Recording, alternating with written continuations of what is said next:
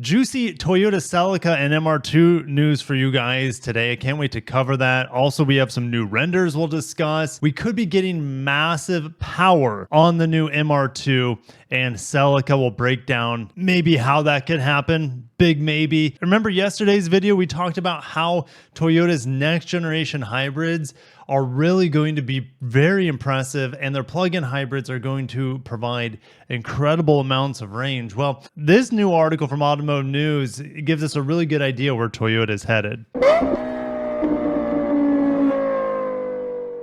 All right, Best Car Web, they are giving us the most fresh news, the most crisp and exciting news in regards to the Celica revival and the MR2 revival. They're saying that it will be revealed more than likely at the Tokyo Auto Salon, which is in January. So we're just a few months out from this reveal of the Celica and potentially the MR2 at the same place. Both the Celica and MR2 will have the GR4 system that we see in the GR Corolla, as well as the GR Yaris. They will be sporting Toyota's next generation 2-liter turbo. This powertrain information is nothing new, around 400 horsepower and around 400 pound-feet of torque. But I wanted to focus on this aspect right here. The reports are saying that the Celica GT4 will be a car that leans in a relatively luxurious direction. They're saying that in 1986, when the GT4, the predecessor to the upcoming Celica GR4 or GT4, whatever they call it, they said back then it cost around 30 million yen, which back then was $20,000. Put that in the inflation calculator, and we're looking at a nearly $60,000 Celica. Doesn't really surprise me. I mean, I have a Nissan Z in the driveway right now, and I can't wait to review it for you guys. It's got the 6-speed manual, and those sell from around $55,000 to $60,000. Unfortunately, we won't see this powertrain in a Lexus, I don't think. But since they are taking a more luxurious approach, they're going to have a nice interior. It can't be like the GR Corolla's plastic cheap box, econo box. This is what it could look like. What we're looking at here is the interior of the Crown Sport, which a lot of people would love to have in the United States. The Crown Sport is unlikely to come here at this point, just the way things are. Instead, we get the Crown Signia and the ugly Crown Sedan. But that's just my opinion. Some of you guys might like the looks of the Crown Sedan, not the real sedan that's sold in Japan, the sedan that's sold to our market that no one really knows what it is.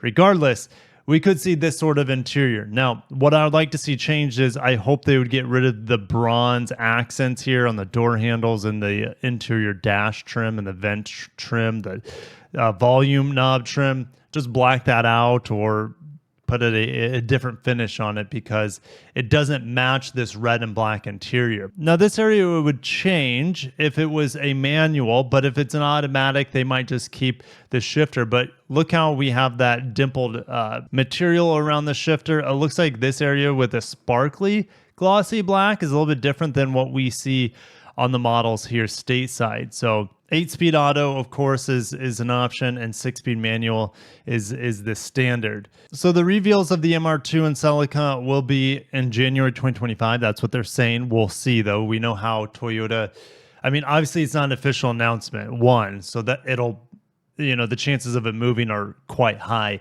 But then we have Toyota in the modern era, moving launch dates, moving reveal dates around quite often, vehicles getting delayed, that sort of thing. They're saying it could debut in 2026. And I wanted to get into these images here. They are a little bit different from previous renders of the Celica. All right. And I like the previous renders better. Now, just because Best Car has renders doesn't mean the vehicle will look like this. Even though they nailed the Prius, they pretty much nailed the GR Corolla, they nailed the Land Cruiser. They're probably going to nail the Land Cruiser Baby FJ, the tiny Land Cruiser coming out. They're probably going to nail that. It is going to be bigger than the GR Corolla. I think of it as a two-door Camry sized vehicle, and that's why a Crown interior fit in here no problem.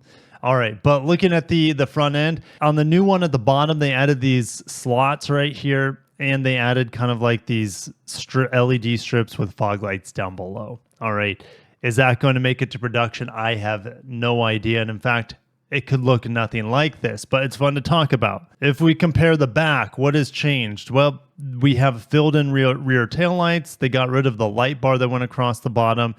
The rear exhaust, I hope to God it doesn't look like this. This is taken from an old Corolla hatchback.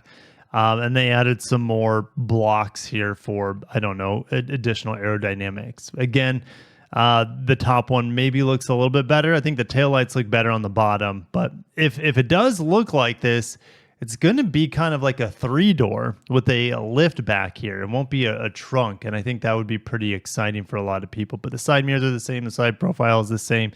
The rear window area is the same. The thing that has carried over, it seems like the Camry front end is likely to be the overall dominating design piece here with a hammerhead. Will a hammerhead look good in the sports car? I'm sure it absolutely can. If we look at the Crown Sport, the Crown Sport is a hammerhead front end that looks good.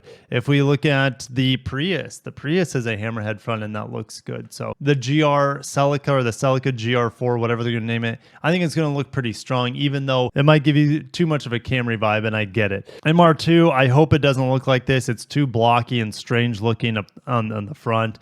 The side profile, though, looks incredible. If it looks like this from the side, maybe they can ship it like that. I like the hood vent there too. MR2 on the track, here they are side by side. They will both have the same powertrains, but notice how there's a GRMN badge, and we can talk about this now. New information coming out of Best Car saying we could have over 600 horsepower in the MR2 or Celica. And shocking 10 million yen if it has that much power, which is going to be closer to $70,000. But I think $70,000 is going to be the 400 horsepower variant, not the 600 horsepower. So they're saying that there will be a 600 horsepower variant of this 2-liter, and it won't have electrification. So they're going to have to boost this thing to the moon and back, but seemingly that's the type of engine tune they're going to use for racing variants of the Celica and the MR2.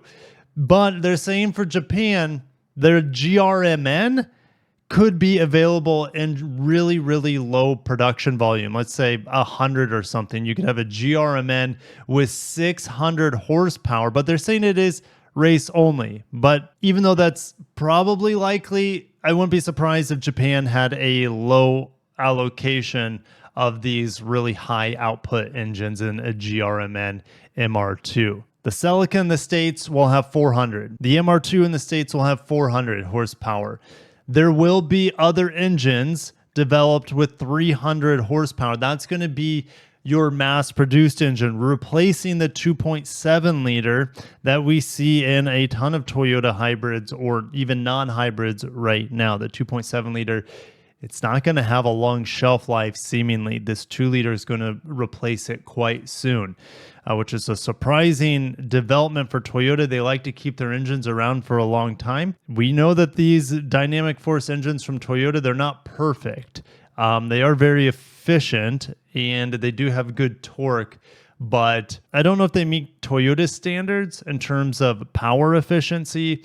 And legislation around the world is forcing engines to be smaller, maybe even faster than what Toyota expected. So that's why they have this new 2 liter you see on the screen and a new 1.5 liter, which will be seen in these new Toyota hybrids as well. And I want to end with this. Future US plug-in hybrid ranges are going to be potentially based off of what we're going to see in Europe first. Longer range European plug-in hybrids driven by regulation preview what's to come in the United States. And I think customers in the US would be much more open to longer range plug-in hybrids. Some long range plug-in hybrids in Europe are already delivering 80 miles on a single charge. Man, it would be nice to have a Passat plug-in hybrid in America that had 74 miles of electric range. I think that would be outselling their ID4. Let me know down below if you think an ID4 would be outsold by a plug-in hybrid Passat with over 70 miles of EV range. The longest range plug-in hybrid in America is a Prius Prime, sort of right now, right? It's who knows when mass availability. There's never been mass availability on the Prius Prime, but it's the volume has been completely zeroed out in the last few months because of the recall in the Prius. around the world. So they need to get that rear door handle fixed before they can, really get me excited about the Prius Prime again. Anyways, I've also reviewed the S60 Recharge, as well as other Volvo Recharge vehicles, but it's not hard to get 45 in my testing on those Volvo plug-in hybrids. But that's on the top end here, and I think Toyota is going to be looking to double what they currently have. Look at what's going to come down the legislation hatch in California, and therefore at least 18 other states. The rules require zero-emission vehicles to make up 35% of new vehicle sales by 2026 model year.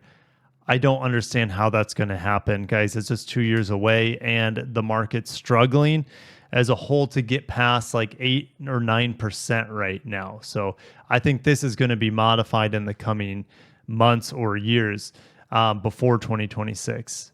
Regardless, 68% by 2030 is not going to happen, and 100% by 2035 also not going to happen. Automakers can meet up to 20% of their zero-emission sales requirements with plug-in hybrids that have a minimum range of 43 miles throughout 2028 and 70 miles after 2028. Here's the thing. Why would you come out with a new plug-in hybrid in 2028 just to be replaced with one with about double the mileage range just a year or two later, right? It doesn't make sense from a research and development standpoint. What I'm expecting is the next generation of plug-in hybrids coming probably in 2028 for Toyota or earlier. The article yesterday was saying in 2027 we'll have a new plug-in hybrid Corolla that will have incredible range. So stay tuned as that information develops. But that vehicle could have 60, 70, 80 miles of range. We'll see. But after 2028, we should see SUVs with over 70 miles of range from Toyota's camp that are plug-in hybrid. And I think these automakers will be able to charge a good premium for these plug-in hybrids compared to EVs, right? They have that convenience factor with that gasoline engine and a tank full of gasoline to propel the car when the battery runs out. So you don't have to worry about range anxiety like you do on a full BEV. If you do run out of that, you have a nice backup plan, or not even a backup plan. It's just like, hey, I'm going to charge my car before I take off for my 4-hour road trip. And let's say you just leave it in hybrid mode and you're going to get like 70 miles per gallon, something like that, because you have such a big battery reserve to assist the gasoline engine. And we know how efficient gasoline engines are on the highway, where BEVs start to see some efficiency drops there. So anyways, exciting stuff coming down the hatch for Toyota plug-in hybrids, but it won't just be Toyota with really long plug-in hybrid range. They might be some of the first to come out with it for our market. These sort of long-range plug-in hybrids already exist in Europe. They already exist in China, especially from BYD. It just depends on where the market's at and when the legislation cracks down, if it cracks down, to force these sort of vehicles to come to our market. But I think, in my opinion, they make a heck of a lot more sense than full-on battery electric vehicles with limited range and limited convenience with a limited infrastructure here in the United States. A long-range plug-in hybrid would be a dream vehicle for a lot of people. It would be a dream vehicle for me if I could get 80 miles of range in a Sienna plug-in hybrid. That's like end-game vehicle for me. And no one seems to be interested in making it quite yet, but that could be changing. Are you guys excited for the luxurious Celica, 4-wheel drive, 400 horsepower? Are you excited for the mid-engine MR2, 4-wheel drive, right? Not rear-wheel drive like the old ones, 4-wheel drive, 6-speed manual optional, 8-speed automatic optional. It's going to be a really fun time.